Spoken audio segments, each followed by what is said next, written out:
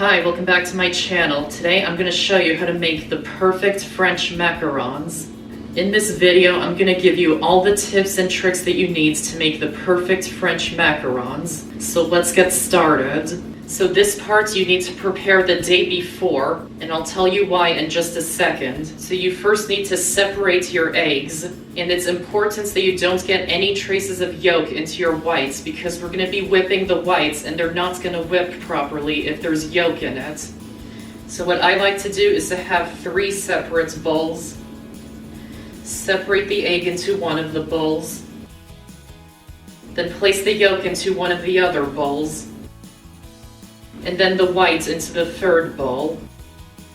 And then just keep separating the eggs in this same bowl and then keep the yolks and whites separate. So this way, if any yolk does get into the whites, it doesn't ruin the whole thing. And once you've separated all your eggs, you then need to leave the whites out at room temperature for at least 24 hours before you use them. This is called aging the egg whites. And what that does is it lets the egg whites dry out a little, and it also loosens the proteins, which will make a more stable meringue and macaron. If you don't have the time to let them age, you can just use them right away, but the macarons are more likely to crack that way. And here I have some egg whites that I separated yesterday. And along with the egg whites, the rest of the ingredients you'll need are sugar, powdered sugar, and almond flour or almond meal. So first thing you need to do is into a coarse sifter over a medium bowl, add the powdered sugar and the almond flour and sift them into the bowl.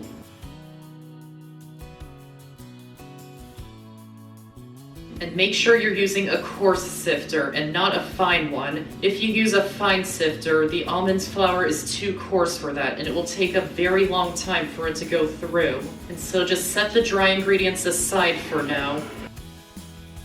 And then into a larger bowl, add in your aged egg whites. And then whip them with an electric mixer until they're foamy. And then add in the sugar a little at a time. And once all the sugar is added, keep whipping the egg whites until they're very stiff, almost dry. So this is what your mixture should look like. It should be very stiff and dry. And if you're going to be coloring your macarons, now would be the time to do it. Make sure you're only using gel food color.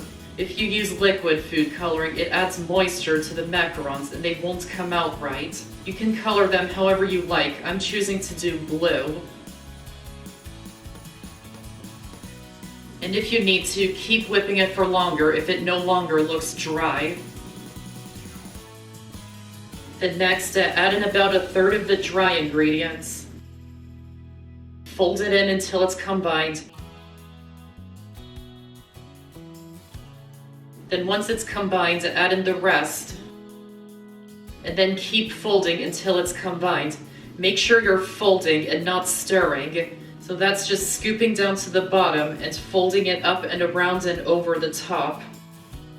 You don't want to stir or it's going to knock out all the air and it's going to get runny too quickly.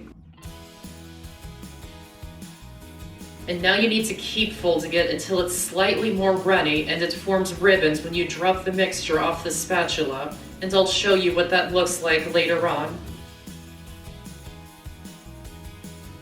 You don't want to undermix it or overmix it. If you undermix it, it's going to come out too lumpy. If you overmix it, it will come out too runny, and when it bakes, it's going to spread out a lot and come out very flat.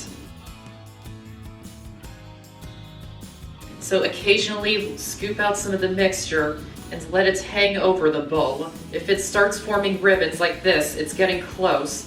And this mixture is still a little too thick, so just keep folding it until it's slightly more runny, but not too runny. So there are 2 ways you can tell if it's ready. If you scoop some of the mixture and it forms ribbons, that's how you know it's ready. Or if you scoop out some mixture and drop it back on top It should very slowly start to melt back into the mixture. If it just sits on top, then it's not ready. Just keep folding until it reaches that stage. Next, you need to line some sheet pans with parchment paper, and then to make sure the macarons are all the same size, or roughly the same size, take a round cookie cutter about 1 to 1.5 inches in diameter, and use a pencil to trace circles onto the parchment paper, spacing each one out about 1 inch apart.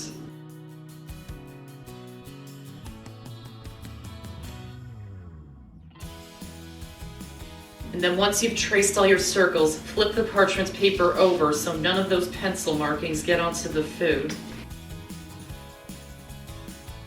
And then take a piping bag that's fitted with a round piping tip and add the macaron mixture into it. And just pipe the mixture into those circles that you just made. So just pipe it onto the paper, stopping once it hits the edge of the circle, and curve the bag around so you don't get a peak at the top.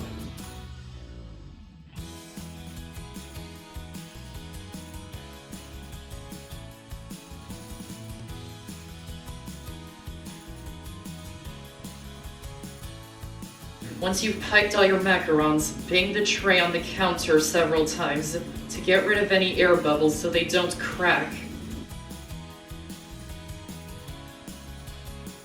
And then these need to sit on the counter for about 30 to 40 minutes, and that forms a skin on the top. So when they bake, it forms that foot. You can just bake these right away, there won't be much of a difference, but I do find that you get a better foot if you let them sit before baking. So it's up to you if you want to let them sit or just bake them immediately. And in the meantime, preheat the oven to 300 degrees Fahrenheit. Now these have been sitting for about 30 minutes. You should be able to touch the top of them and it shouldn't stick to your finger. That's how you'll know it's ready. So once they're ready, bake them in the oven for 12 to 15 minutes until they're set and barely golden brown. And if they rise and form that foot, you'll know you did great. And halfway through the baking time, rotate the pans and switch oven racks so they bake evenly. And once they're done, remove them from the oven and leave them to cool completely. And once your macarons are completely cooled, carefully remove them from the pan. Just peel them off the parchment paper. Pair 2 macarons that are similar in size, placing one of them right side up and one of them upside down.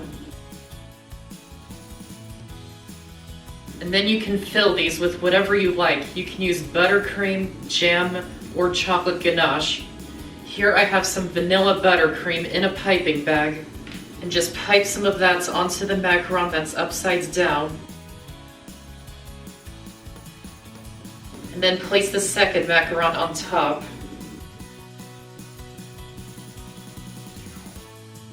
And then you just keep doing that for the rest of your macarons.